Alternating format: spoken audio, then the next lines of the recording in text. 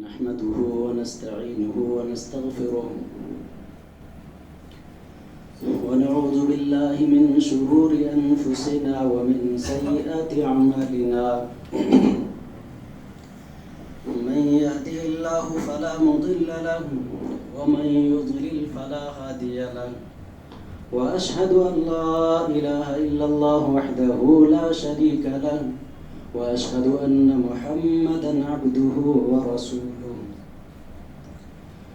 يا أيها الذين آمنوا اتقوا الله حق تقاته ولا تموتن إلا وأنتم مسلمون يا أيها الناس اتقوا ربكم الذي خلقكم من نفس واحدة وخلق منها زوجها وبث منهما رجالا كثيرا ونساء واتقوا الله الذي تساءلون به والأرحام إن الله كان عليكم رقيبا يا أيها الذين آمنوا اتقوا الله وقولوا قولا سديدا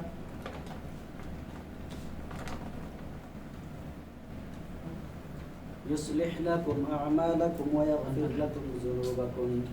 ومن يطع الله ورسوله فقد فاز فوزا عظيما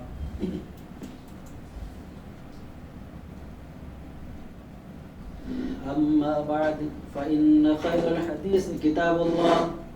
وخير الهدي هدي محمد صلى الله عليه وسلم وشر الأمور محدثاتها وكل محدثة بدعة وكل بدعة ضلالة وكل ضلالة في النار أعوذ بالله السميع العليم من الشيطان الرجيم بسم الله الرحمن الرحيم يوم نقول لجهنم هل امتلأت وتقول هل من مزيد وأزلفت الجنة للمتقين غير بعيد هذا ما توعدون لكل أواب حفيظ وقال جل وعلا بسم الله الرحمن الرحيم إن الذين آمنوا وعملوا الصالحات سيجعل لهم الرحمن ودا فإنما يسرناه بلسانك لتبشر به المتقين وتنذر به قوما لدا وقال النبي صلى الله عليه وسلم لا تدخلوا الجنة حتى تؤمنوا ولا تؤمنوا حتى تحابوا سبحانك لا علم لنا إلا ما علمتنا إنك أنت العليم الحكيم رب اشرح لي صدري ويسر لي أمري واحلل عقدة من لساني يفقهوا قولي رب زدني علما وارزقني فهما آمين تمام قسم کی تعریف و توصیف حمد و ثنا کبریائی و بڑائی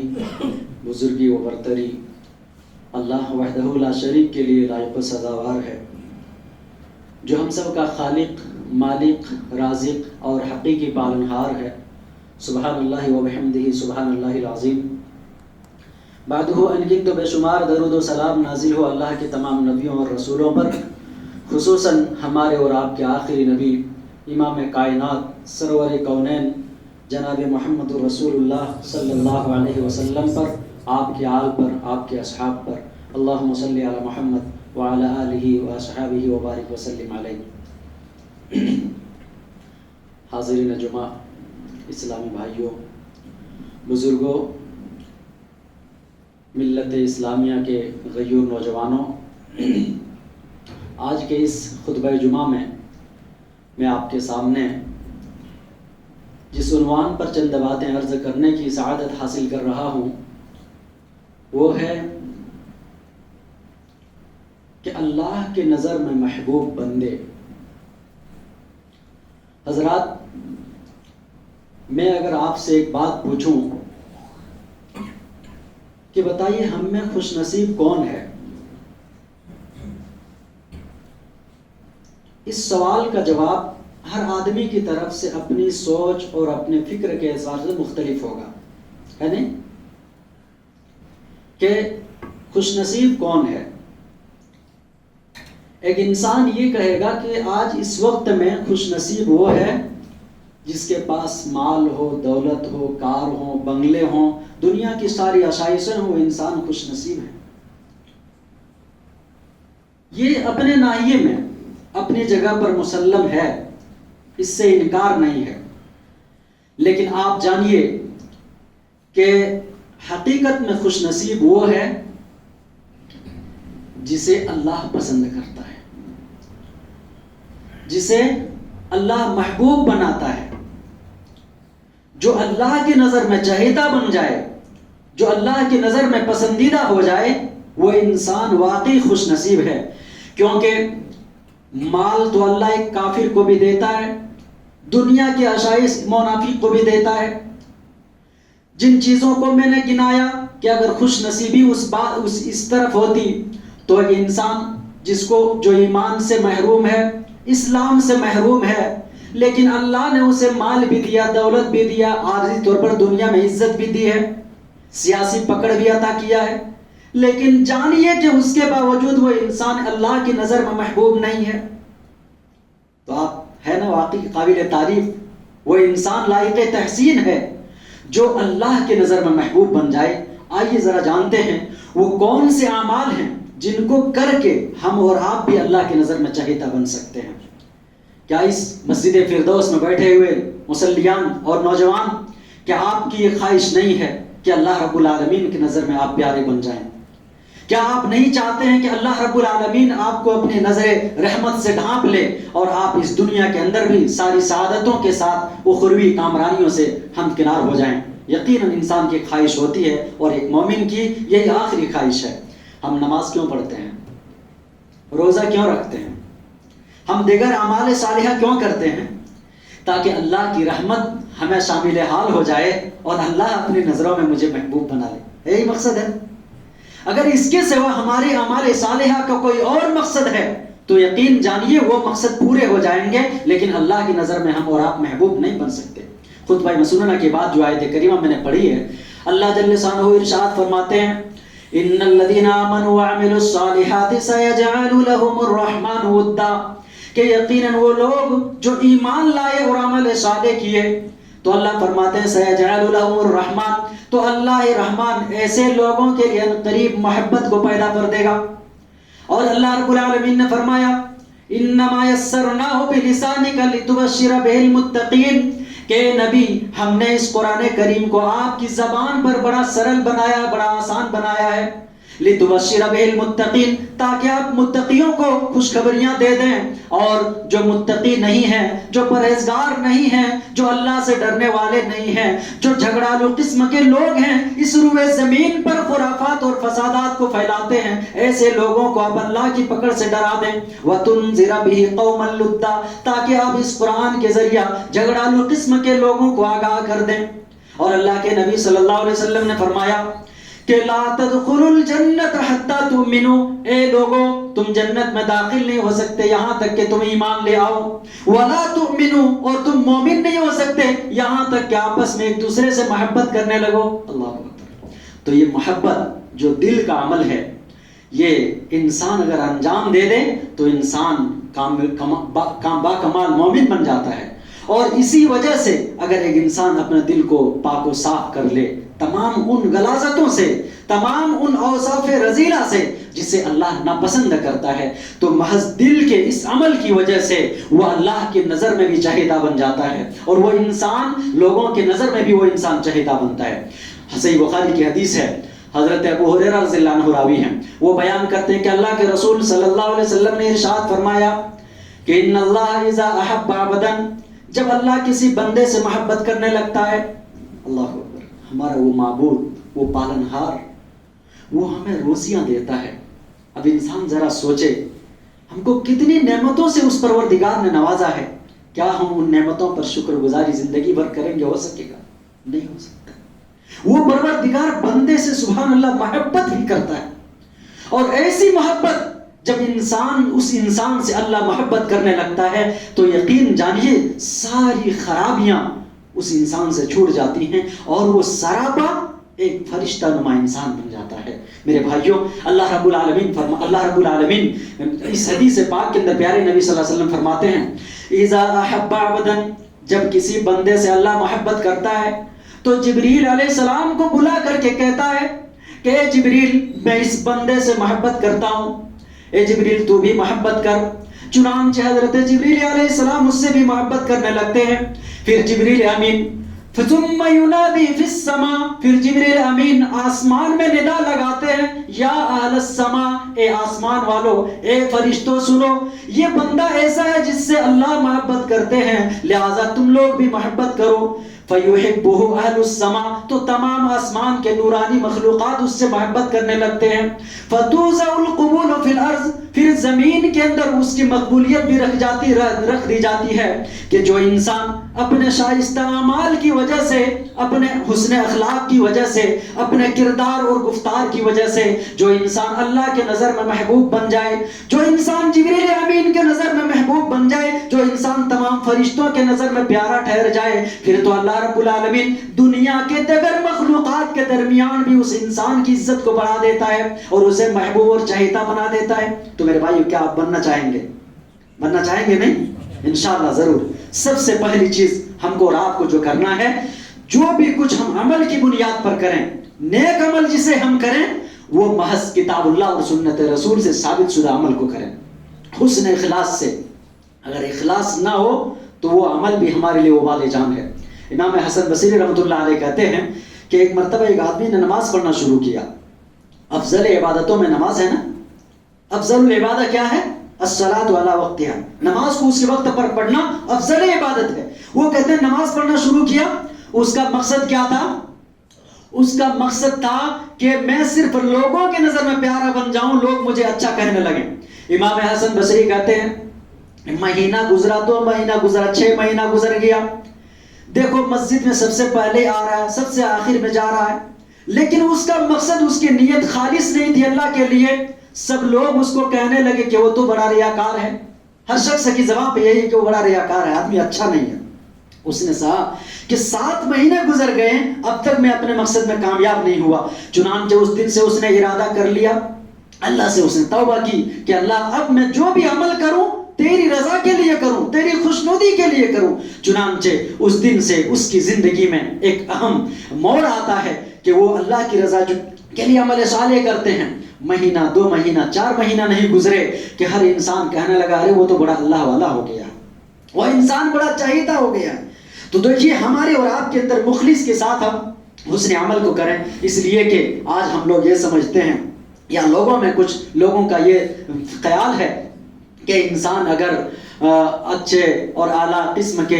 حسب نسب کے اعتبار سے بڑے گھرانے سے ہوں گے، بڑے خاندان سے ہوں گے،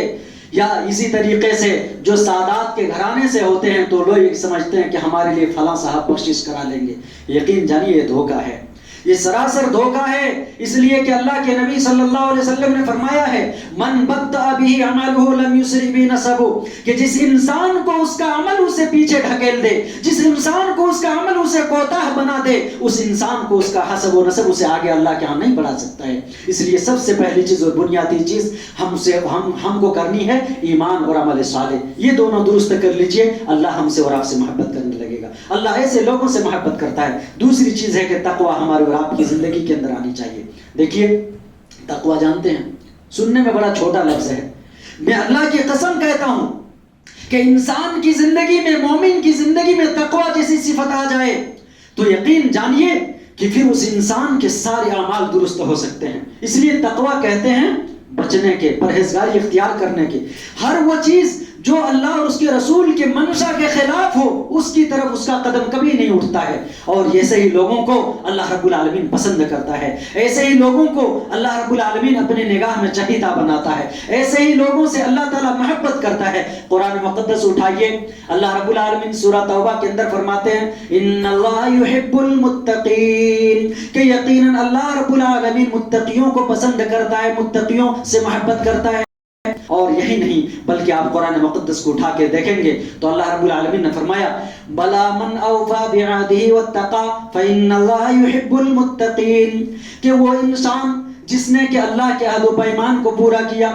یا یہ کہ جس نے اس دنیا میں کسی سے عہد و معاہدہ کیا تو اس کو پورا کیا، واتقا اور اللہ سے ڈرتا رہا، فإن اللہ یحب المتقین، تو ایسے لوگوں سے اللہ رب العالمین محبت کرتا ہے جو کہ متقی ہوں، پرہیزگار ہوں۔ اور میرے بھائیوں، یہی تقوی وہ چیز ہے، تقوی وہ چیز ہے جس کو سمجھنے کے لیے حضرت امیر المومنین عمر فاروق رضی اللہ عنہ نے حضرت ابی بن کعب رضی اللہ عنہ سے ایک مرتبہ سے پوچھا تھا، سمجھانے کے غرض سے کہ تقوی کسے کہتے ہیں، تقوی کسے کہتے ہیں؟ مت تقوی یا ابی بن کعب، اے ابی بن کعب تقوی کسے کہتے ہیں؟ اللہ اکبر! پوچھنے والے امیر المومنین، پوچھنے والے امیر المومنین پوچھے کس سے جا رہے ہیں؟ ابی بن کعب سے۔ انہوں نے کہا کہ امیر المومنین اما سلکت طریقاً فی شوکن، کہ امیر المومنین کیا آپ کا گزر کسی ایسے راستے سے نہیں ہوا ہے جس کے اندر کھاردار جھاڑیوں، جس کے اندر کانٹے ہوں؟ تو انہوں نے کہا قال نعم، کہا کہ ہاں۔ کہا کیسے گزرتے ہو؟ قال اشمر عن ساقی وانظر الی مواضع قدما، کہ وہ کہتے ہیں کہ میں اپنے پائچے کو اچھی طرح سے سمیٹ لیتا ہوں، کپڑے کو اچھی طرح موڑ لیتا ہوں، اور پھر اپنے آگے قدم کو دیکھتا ہوں، وَأُقَدِّمُ قَدَمًا وَأَخِّرُ قَدَمًا، کہ ایک قدم آگے رکھتا ہوں پھر دوسرا پیچھے رکھتا ہوں، اور میں بڑے احتیاط کے ساتھ گزر جاتا ہوں۔ تو حضرت ابی بن کعب رضی اللہ عنہ نے فرمایا تھا ذاک التقوی، کہ یہی تقوی ہے کہ انسان اپنی زندگی میں اپنے قدم کو ہر جگہ پھونک پھونک کر رکھے کہ کہیں اس کا قدم گناہ کی طرف نہ چل جائے، کہیں اس کا قدم اللہ کی معصیت کی طرف نہ چل جائے، کہیں اس کے ہاتھ اور پیر سے ناشائستہ اعمال نہ ظاہر ہو جائیں جو اللہ اور اس کے رسول کو ناراضگی کا ذریعہ بن جائے۔ امیر المومنین کو سمجھا دیا کہ یہ تقوی ہے۔ سئل علی بن ابی طالب رضی اللہ عنہ عن التقوی، حضرت علی بن ابی طالب سے پوچھا گیا کہ تقوی کیا ہے؟ تو انہوں نے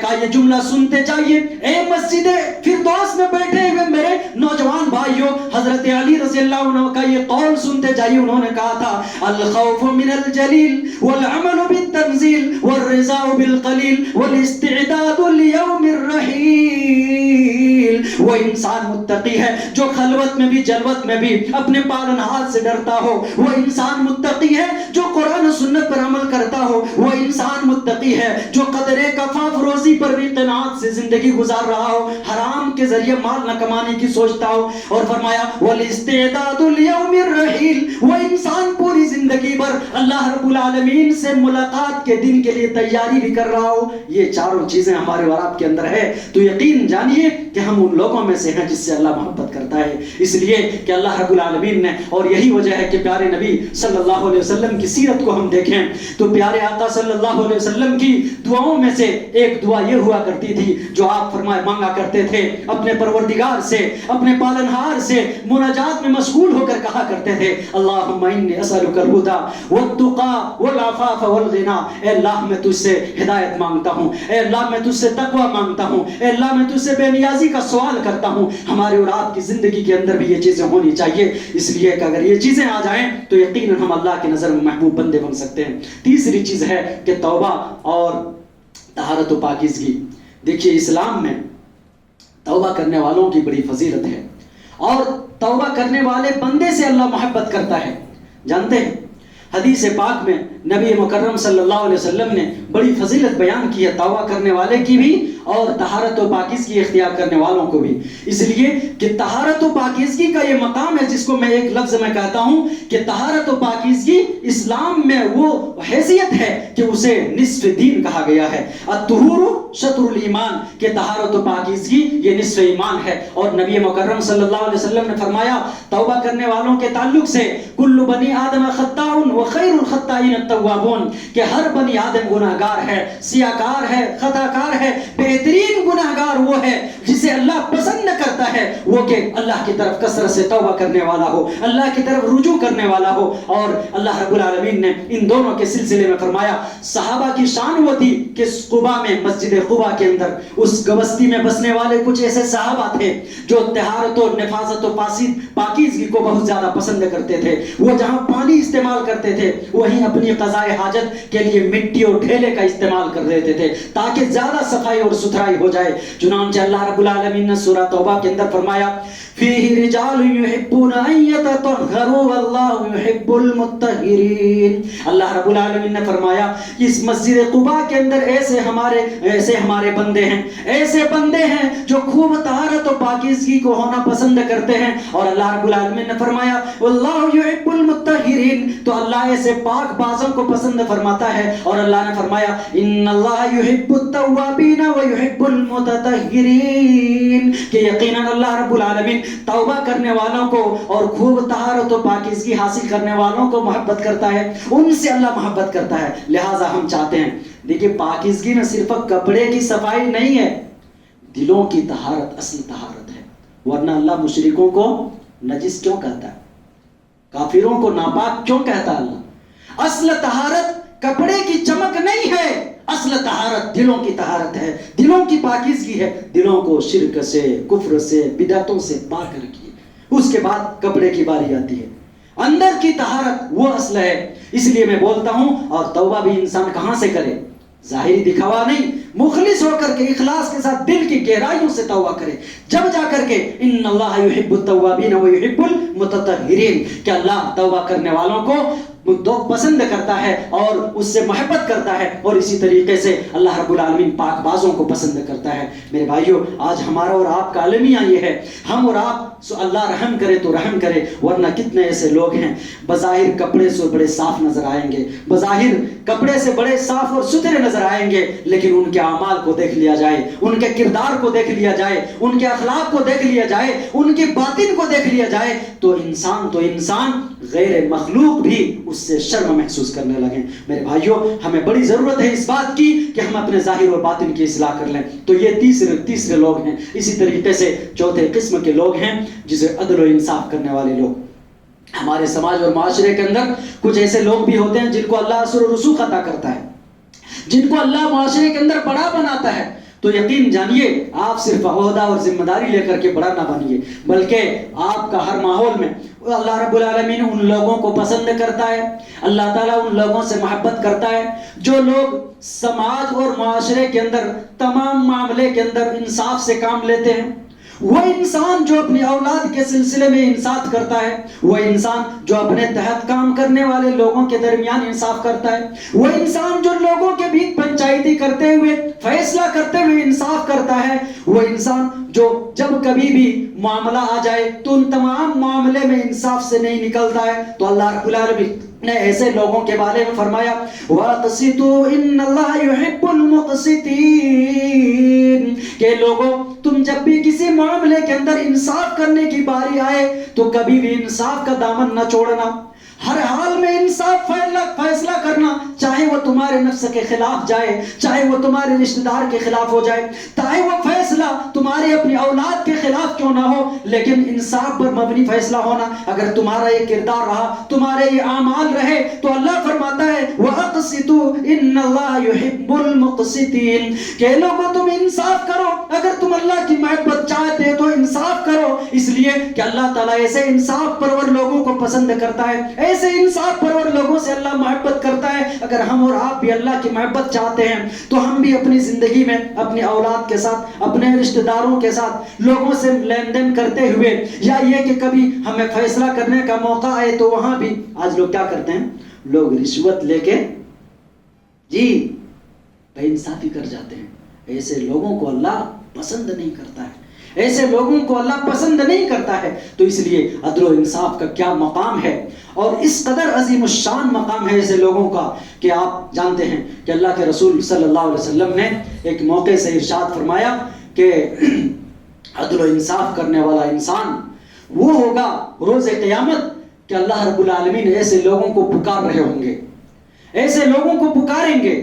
کہ کہاں ہیں وہ انسان جنہوں نے دنیا کے اندر عدل و انصاف سے کام لیا ہے، اس کو آج ہم اپنا سایہ نصیب کریں گے. عرش کا سایہ ایسے لوگوں کو ملے گا. کون ہے 7 قسم کے لوگوں کو عرش کا سایہ ملے گا؟ ان میں سے ایک کون ہوگا؟ امام عادل، انصاف کرنے والا امام، انصاف کرنے والا وقت کا حکمراں، انصاف کرنے والا مخیا، انصاف کرنے والا سرپنچ اور سردار، سارے لوگ اس کے اندر شامل ہیں. وہ بھی جو انصاف سے کام لیتے ہیں، ایسے لوگوں کو اللہ تعالیٰ بلائے گا. میرے بھائیو، یہ چوتھی چیز تھی. 5ویں چیز جس کو مجھے بیان کر کے چونکہ خطبہ جمعہ کا وقت ختم ہوا چاہتا ہے، 5ویں چیز ہے کہ ہم کو اور آپ کو شریعت نے جو مقام اور مرتبہ دیا ہے ایمان کی بنیاد پر، وہ یہ کہ ہم اور آپ بھائی بھائی ہیں. ہم اور آپ کوئی رشتہ دار نہیں ہے، لیکن ایمان کی بنیاد پر شریعت نے ہم کو اور آپ کو بھائی بھائی قرار دیا ہے. تو ایک بھائی ہونے کی ذمہ داری سے، ایک بھائی ہونے کے ناطے ہم کو اور آپ کو جو حکم ملا ہے کہ ہم ایک دوسرے کے تئیں دلوں کو صاف رکھیں. کبھی آپس میں انبن ہو جائے تو اس کو ہمیشہ کے لیے ختم کریں، ہمیشہ کا مدعا اسے نہ بنائے رکھیں، بلکہ اللہ کی رضا جوئی کی خاطر معافی کا جذبہ اپنے اندر انسان کو پیدا کرنا چاہیے، اور ایک دوسرے سے محبت کرنے کا ہم کو اور آپ کو حکم ملا ہے میرے بھائیوں. لیکن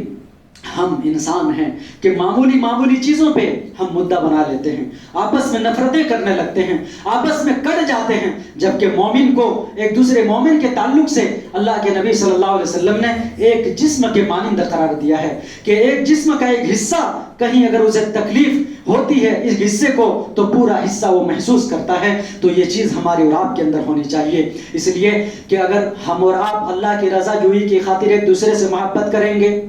اللہ کی رضا جوئی کی خاطر، اللہ کی خوشنودی کی خاطر ایک دوسرے سے محبت کریں گے، دلوں کو صاف رکھیں گے، تو اتنا بڑا مقام ہے، اتنا اونچا اور اعلیٰ مرتبہ ہے کہ حضرت ابو ادریس خولانی رحمۃ اللہ علیہ کہتے ہیں کہ میں ایک مرتبہ دمشق گیا، اور دمشق میں جا کر کے میں حضرت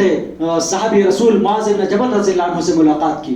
میں نے جب ان سے ملاقات کی فسلمت علیہ، میں نے ان سے سلام کیا، اور سلام کرتے ہوئے میں نے ان سے کہا واللہ انی لا احبک، اللہ کی قسم میں آپ سے محبت کرتا ہوں. تو انہوں نے 3 مرتبہ مجھ سے دہرایا کیا تو اللہ کے لیے مجھ سے محبت کرتا ہے؟ تو انہوں نے کہا میں اللہ کے لیے آپ سے محبت کرتا ہوں. تو حضرت معاذ بن جبل رضی اللہ عنہ نے پھر وہ کہتے ہیں کہ انہوں نے میرے ساتھ انہوں نے جو معاملہ اختیار کیا، فَأَخَذَنِي بِرِدَائِي فَأَخَذَنِي بِحَبْوَةِ رِدَائِي، حضرت معاذ بن جبل رضی اللہ عنہ نے میرے چادر کے کونے کو پکڑا اور پھر مجھے کھینچتے ہوئے لے آئے ادھر اور کہا کہ ابشر،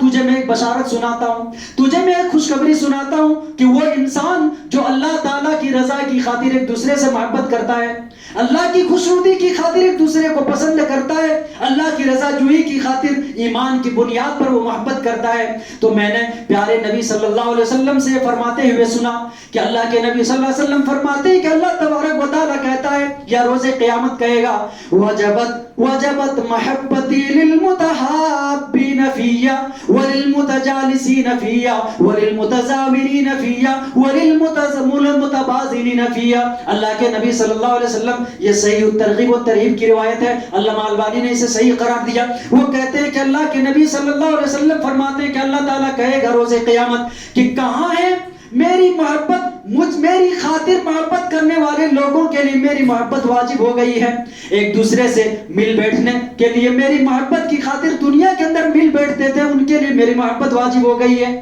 ایک دوسرے کے اوپر مال خرچ کرتے تھے بعد میں میری رضا کی خاطر، اس کے لیے میری محبت واجب ہو گئی ہے. میرا کوئی رشتہ دار نہیں ہے، بیمار پڑ گیا ہے، میں اس کی زیارت کرنے جاؤں اللہ کی رضا جوئی کی خاطر، تو کہا وَلِلْمُتَزَاوِرِينَ فِيَّ، میری خاطر ایک دوسرے سے زیارت کرنے والے لوگوں کے لیے میری محبت واجب ہو گئی. اور میرے بھائیوں آپ کو بتاؤں، نہ کچھ لوگ نہ انبیاء ہوں گے نہ شہداء ہوں گے، لیکن ایک دوسرے سے اللہ کی رضا جوئی کی خاطر محبت کریں گے تو ان کا اتنا بڑا مقام ملے گا انہیں اللہ کے ہر روز قیامت کہ انبیاء اور شہداء بھی رشک کریں گے. اللہ اکبر. سنتے ہیں انبیاء جس کے مقام اور مرتبے کے برابر کوئی نہیں، شہداء جو ان کے بعد آئیں گے لیکن ان کے مقام اور مرتبے سے بڑھ کر کوئی نہیں، لیکن اللہ کی رضا جوئی کی خاطر ہم اور آپ دلوں کو صاف کرتے ہوئے اگر ایک دوسرے سے محبت کر لیں،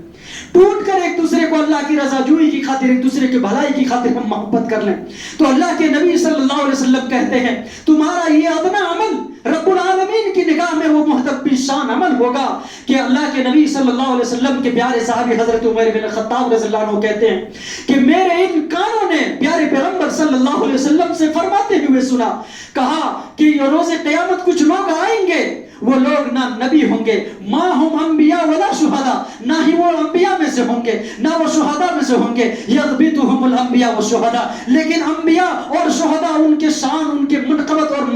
منازل اور مرتبے کو اور ان کے انعام و اکرام کو دیکھ کر کے وہ رشک کر رہے ہوں گے کہ کاش دنیا میں یہ کیسے نیک اور اچھے لوگ تھے کہ اللہ کی رضا جوئی کی خاطر جو محبت کرتے تھے. اور یہی نہیں بلکہ ایسے لوگوں کو اللہ رب العالمین اپنے داہنے جانب نور کے منبروں پر ایسے لوگوں کو بٹھائیں گے اور ان کے چہرے نورانی اعتبار سے اس طرح چمک رہیں گے جیسے 14 رات کی چاند ہو. اللہ اکبر. یہ مقام اور مرتبہ کس بنیاد پر ملے گا؟ ایک دوسرے سے محبت کرنے کی بنیاد پر. میرے بھائیوں ہم آپس میں کبھی بھی رنجش نہ بنائیں اور کبھی بھی ہم آپس میں کچھ ہو جائے تو ہمیشہ کے لیے اللہ کے لیے معافی کرنے کا جذبہ رکھیں. اور اسی طریقے سے میرے بھائی وقت خطبہ جمعہ کا وقت ختم ہوا ہے لیکن پھر بھی میں آخری بات بتا کر کے اپنی بات کو ختم کرتا ہوں. وہ یہ کہ ہمارے اور آپ کے اندر خصوصاً میں کہوں گا اپنی جماعت کے اندر اگر دیکھا جائے تو میں دوسری جماعتوں کو دیکھتا بھی ہوں کبھی تو یہ ہوتا ہے کہ ان کے اندر عقیدت کے نام پر اخلاق کے نام پر بہت زیادہ غلو بھی ہیں. لیکن اگر میں یہ کہوں سیدھے لفظوں میں کہ اپنے لوگوں میں جہاں کتاب و سنت کا احترام ہے وہیں آپ بڑوں کا احترام بھی سیکھیے, وہیں علماء کا احترام سیکھیے, وہیں علم والوں کی قدر سیکھیے. اس لیے کہ ہم نے اکثر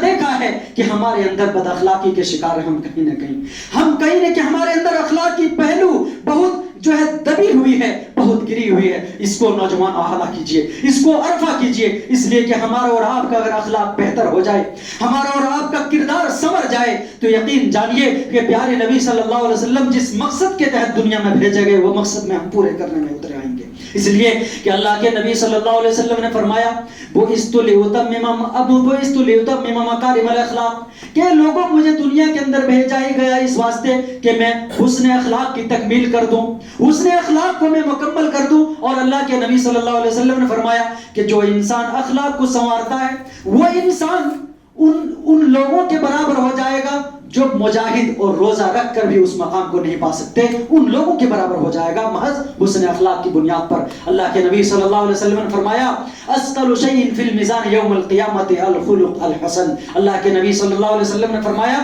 کہ سب سے بھاری اور وزنی چیز میزان عمل میں جب تولا جائے گا تو توحید کے بعد کلمہ توحید بطاقہ ہے نا, حدیث بطاقہ, کلمہ توحید کے بعد سب سے بھاری اور وزنی جو ہوگا وہ ہمارا اور آپ کا حسن اخلاق ہوگا. یہی وجہ ہے کہ انسان کو حسن اخلاق کی تکمیل کرنی چاہیے. حضرت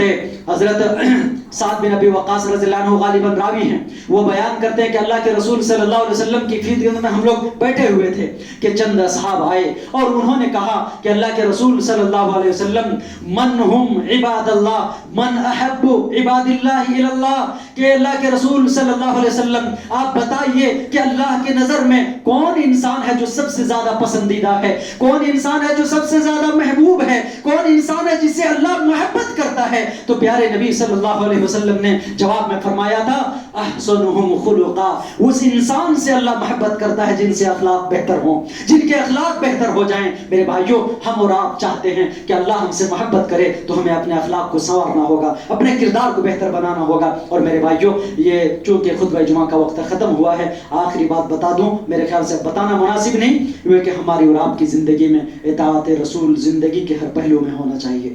زندگی کے ہر پہلو میں. اللہ سبحانہ و تعالیٰ فرماتا ہے قل ان کنتم تحبون اللہ فاتبعونی یحببکم اللہ ویغفر لکم ذنوبکم. اے نبی صلی اللہ علیہ وسلم آپ دنیا کے لوگوں سے کہہ دیجئے قل ان کنتم تحبون اللہ, اے لوگو اگر تمہیں اللہ سے محبت ہونے کا دعویٰ ہے فاتبعونی تم میری اتباع کرو یحببکم اللہ, اللہ تم سے محبت کرے گا. لہذا معلوم یہ ہوتا ہے کہ اللہ کی محبت ہمیں چاہیے, اللہ کی محبت ہمیں چاہیے. ہم اور آپ چاہتے ہیں اللہ کی نظر میں محبوب بن جائیں تو ہمیں اطاعت رسول کو زندگی میں لازم پکڑنا ہوگا. میرے بھائیو ہم نے آپ کے سامنے جو باتیں بیان کی ہیں سب سے پہلے کیا, ایمان اور عمل صالح, دوسری چیز تقوی و پرہیزگاری, تیسری چیز توبہ و طہارت و پاکیزگی, چوتھی چیز عدل و انصاف, پانچویں چیز اللہ کی رضا کے لیے محبت, چھٹی چیز جو ہے حسن اخلاق, اور ساتویں چیز اللہ کے رسول کی اطاعت زندگی بھر. اللہ رب العالمین سے دعا کرتا ہوں کہ پروردگار عالم تو ہم تمام لوگوں کو کئی بھی باتوں پر عمل پیرا ہونے کی توفیق نصیب فرما. اللہ ہم سب کی کمیوں اور کوتاہیوں کی اصلاح فرما دے. اللہ ہم سب کی نیکیوں کو قبول فرما لے. اللہ جہاں کہیں مسلمان پریشان ہیں اللہ ان کی پریشانیوں کو دور فرما دے. اللہ جو بستر حرارت پر قرار رہے ہیں اللہ تو انہیں شفا کاملہ و عاجلہ نصیب فرما دے اللہ، ہمارے نوجوانوں کو خوب ترقی عطا فرما دے اللہ، ہم لوگوں کے دلوں آپس میں ایک دوسرے سے جوڑ دے اللہ، اب تو اپنے نظر میں ہم سب کو اپنا چہیتا اور محبوب بندہ بنا لے، آمین یا رب العالمین، وآخر دعوانا ان الحمدللہ رب العالمین، وصلی اللہ علی نبینا محمد وعلی آلہ وصحبہ اجمعین۔